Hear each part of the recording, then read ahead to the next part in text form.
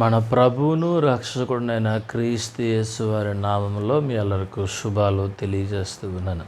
దేవుని వాక్యాన్ని చదువుదాం. 118వ కీర్తన 8-9 వచనాలు మనం చదువుదాం.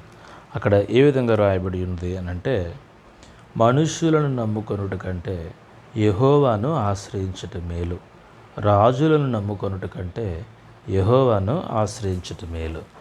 ఆధారపడడం, సమస్యలు, ఇబ్బందులు పుట్టిన నాటి నుండి ఎవరో ఒకరి మీద మనిషి ఖచ్చితంగా ఆధారపడాలి.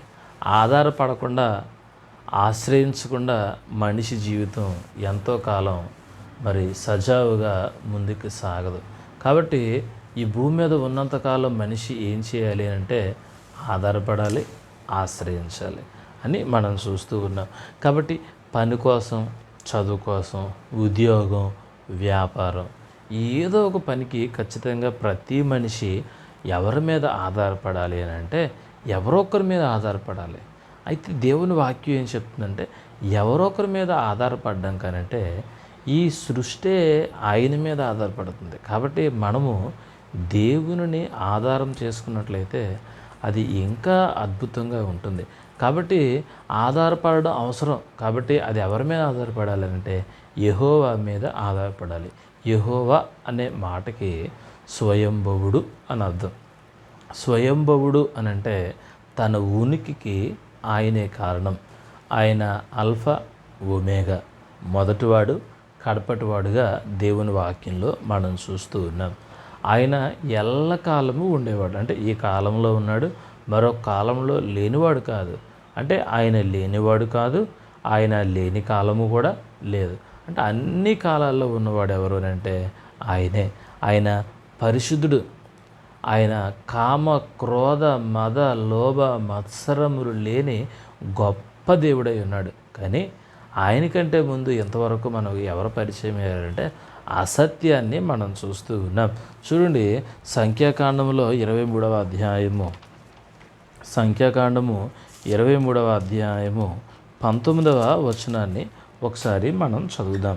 అక్కడ ఏమని రాయబడిందంటే, దేవుడు అబద్ధమాడుటకు ఆయన మానవుడు కాదు, పశ్చాత్తాపపడుటకు ఆయన నరపుత్రుడు కాదు.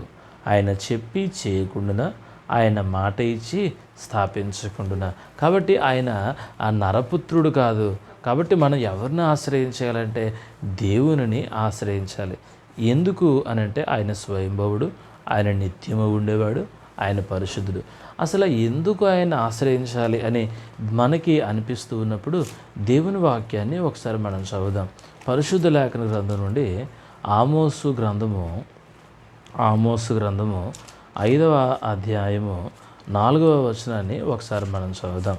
ఆమోసు గ్రంథము 5వ అధ్యాయము 4వ వచనం మనం చూసినట్లయితే అక్కడ ఏమని వ్రాయబడింది అని మనం ఒకసారి దేవుని వాక్యాన్ని మనం చూద్దాం. ఆమోసు గ్రంథము 5వ అధ్యాయం 4వ వచనం ఒకసారి మనం గమనించినట్లయితే అక్కడ ఒక చక్కని మాట మనం చూస్తాం. ఇశ్రాయేలుతో యెహోవా సెలవిచ్చినది ఏమనగా, నన్ను ఆశ్రయించుడి, నన్ను ఆశ్రయించినడలా మీరు బ్రతుకుతారు. దేవుని ఆశ్రయిస్తే మనం ఏమవుతామంటే బ్రతుకుతాం. చాలామంది అనుకోవచ్చు, ఇప్పుడు మేము చచ్చామా అని అంటే సుఖభోగముల నిమిత్తము మనము చచ్చిన వారమై ఉన్నామట. కాబట్టి మనం బ్రతుకున్నామని పేరైతే ఉంది, కానీ మనం మృతుడమే. మనం అనుకోవచ్చు, నేనేం పాపం చేశాను అనుకోవచ్చు.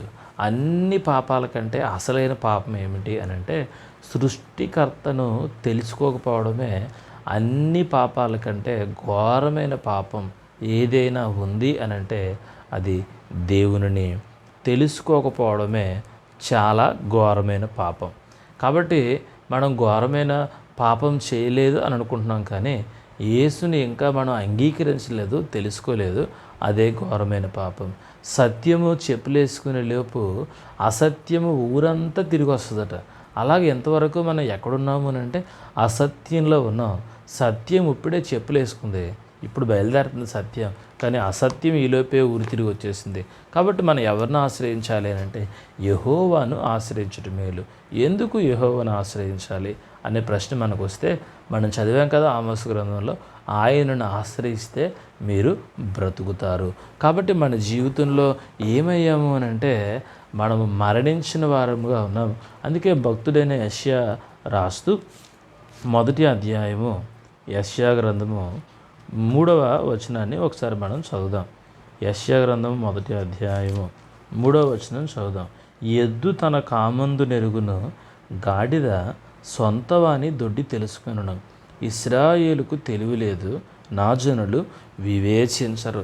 కాబట్టి ఈరోజు మనం ఏమైపోయామనంటే మనము దేవుని ఆశ్రయించడం లేదు. మనం అనుకోవచ్చు ఆయనను ఆశ్రయించకుండానే ప్రభు మనకి ఎన్నో ఇచ్చారు. ఆశ్రయించకుండా ప్రభు మనకి ఏమి ఇచ్చారు అంటే స్వచ్ఛమైన గాలిని ఇచ్చారు.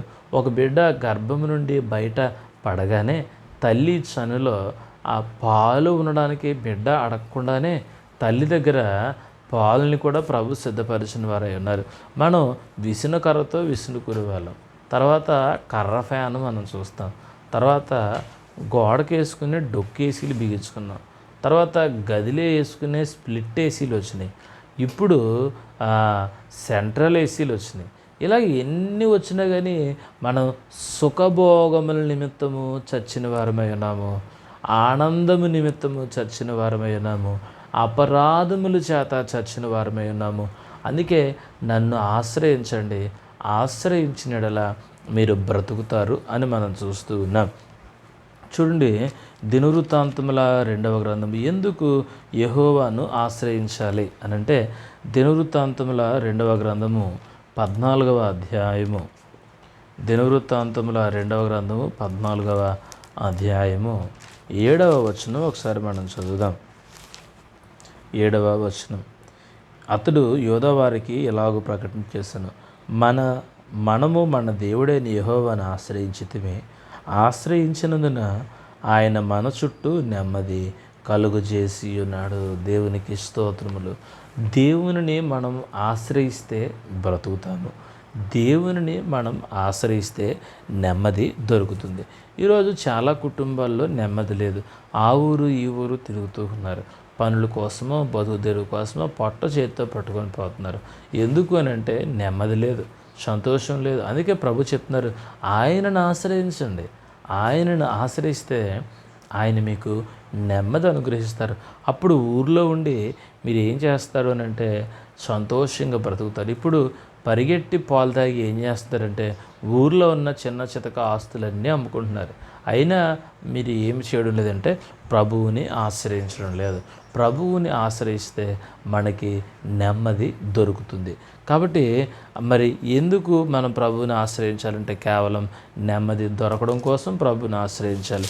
26వ అధ్యాయము దినవృత్తాంతముల గ్రంథము 5వ వచనాన్ని మనం ఒకసారి చదువుదాం.